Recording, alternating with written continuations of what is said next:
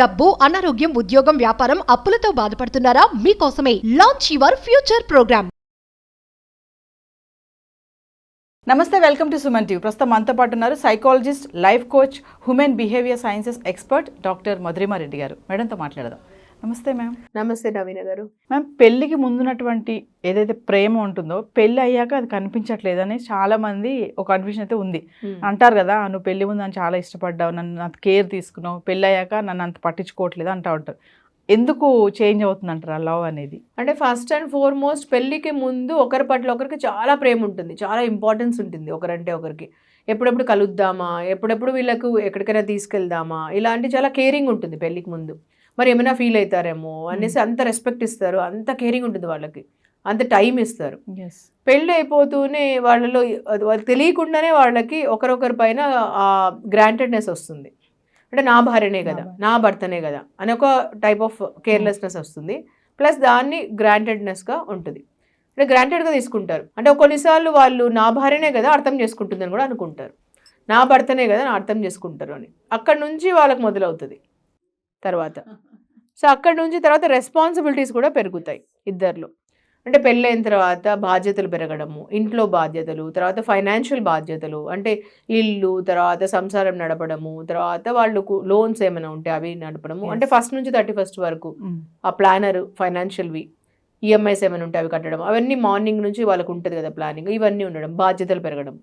ఇంకేమైనా వాళ్ళకు ఇంకా తల్లిదండ్రులవి అవన్నీ పంపించడం, ఏమైనా ఫైనాన్షియల్వి, అన్ని బాధ్యతలు పెరగడము.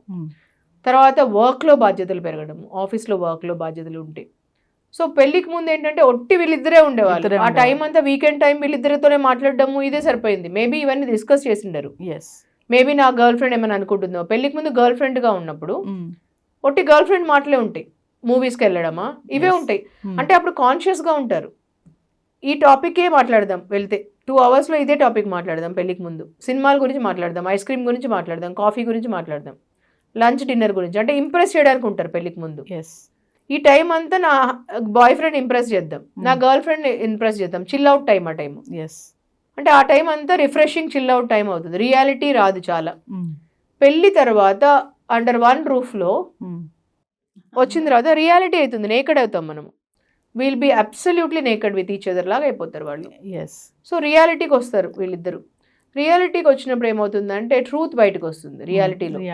ఆ ట్రూత్లో ఏమవుతుందంటే వాళ్ళిద్దరు బాధ్యతలు అన్నీ బయటకు వచ్చినప్పుడు యాంగర్ వస్తుంది. తర్వాత third reason is anger and చిరాకు, ఇది అగ్రెసివ్నెస్, ఫ్రస్ట్రేషన్, ఇవన్నీ ఒకరి పట్ల ఒకరు పడుతుంటాయి. ఇద్దరు వర్కింగ్ అనుకోండి, అంటే ఒకరే వర్కింగ్ ఉంటే ఇంకొకరి పైనే వస్తాయి మొత్తం అంతా. హస్బెండ్ ఒకరే వర్కింగ్ అయితే భార్య పైన వస్తుంది. ఫస్ట్ ఇమీడియట్ రిలేషన్ ఇస్ భార్య, ఆ చిరాకు అని రావడం. ఇద్దరు వర్కింగ్ అనుకోండి నవీన గారు, ఒకరిపైన ఒకరికి వస్తాయి. అంటే you pour on me, I pour on you, ఇంకా ఇద్దరి పైన అనమాట. ఇద్దరు అది టాక్సిక్ అయిపోతుంది రిలేషన్ కొన్ని రోజుల తర్వాత. అట్లా వస్తుండే ఇంక ఇంట్లోకి మొదలు పెడతారు. ఒకసారి ఫోన్స్లో కూడా, ఆఫీస్లో కూడా, ఇక్కడ ఒకరి నుంచి రన్నింగ్ ఉంటుంది అనమాట. అట్లా ఇద్దరి పైన ఒకరిపైన ఒకరికి అలా. అంటే మీరు చెప్పారు కదా మేడం, ఇందాక ఒక మాట అన్నారు, అంటే అన్నెసరీగా మనం ఏం ఫీల్ అవ్వాల్సిన అవసరం లేదంటారా? చాలా మంది వైఫ్స్ అంటారు కదా, కనీసం తిన్నావా అని అడగడు, ఏమి అడగడు, పడుకుంటే ఎందుకు పడుకున్నావు, బాగాలేదని అడగని ఫీల్ అయిపోతూ ఉంటాం వైఫ్స్. అది ఎంతవరకు కరెక్ట్ అంటారు మరి ఆ మాటని?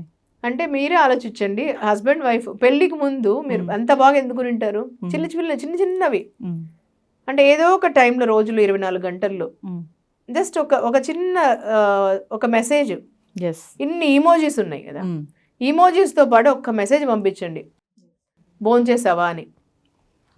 ఏదో ఒక నువ్వు ఎంతనా బిజీగా ఉండని ఒక్క మెసేజ్, బాగున్నావా, భోంచేసావా, ఇంకేదన్నా ఒక చిన్నది, ముద్దు ముచ్చట చిన్నది ఒక లైన్ పంపించండి చాలు.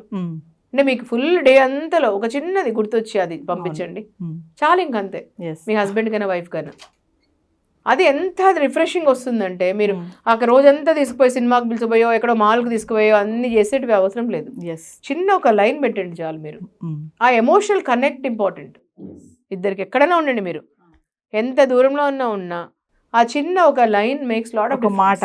ఒక్క మాట, భోంచేసావా, ఆ టైంలో ఏం చేస్తున్నావు, ఇంకేదో ఒక చిన్న మాట. అంటే ఆ కనెక్టింగ్ ఈజ్ ఇంపార్టెంట్.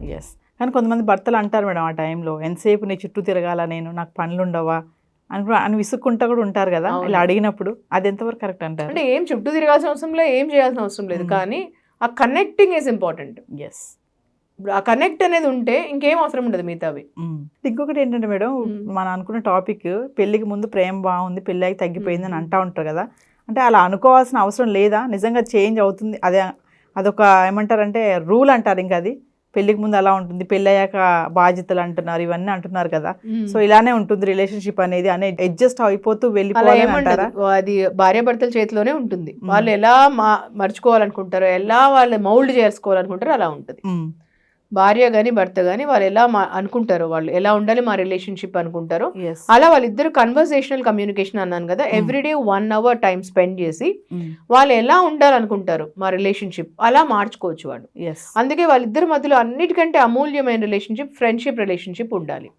ఆ ఫ్రెండ్షిప్ లో ఏంటంటే వాళ్ళిద్దరూ ఇలా ఉండాలి, మనం అలా మాట్లాడుకోవచ్చు వాళ్ళు. అందుకే 1 hour టైం ఇవ్వాలి ఒకరికొకరికి. ఫస్ట్ చేయాల్సింది ఏంటి, రెస్పెక్ట్ ఇవ్వాలి.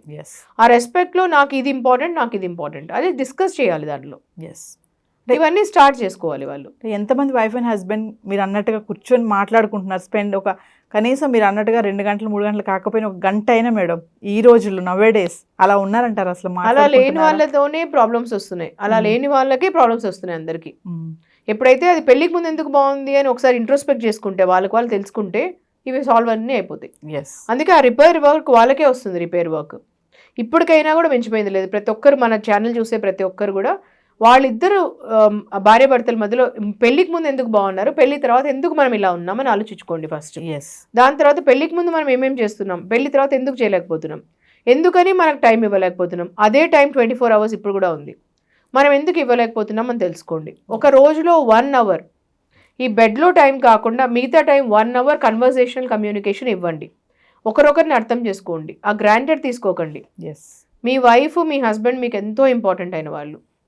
సో ఒక వీక్లో ఒక మంత్లో సమ్ మెమరబుల్ ఈవెంట్ చేసుకోండి, మెమరబుల్ మూమెంట్ చేసుకోండి. Life is not just making money అండి, life is not just making something అండి, life is making memories. So ఆ మెమరీస్ని క్రియేట్ చేసుకోండి, అది ఇంపార్టెంట్. హెల్దీ రిలేషన్షిప్ ఉండాలంటే ఏం చేయాలి మేడం? హెల్దీ రిలేషన్షిప్కి డెఫినెట్లీ ఒకరొకరిని అర్థం చేసుకోవాలండి.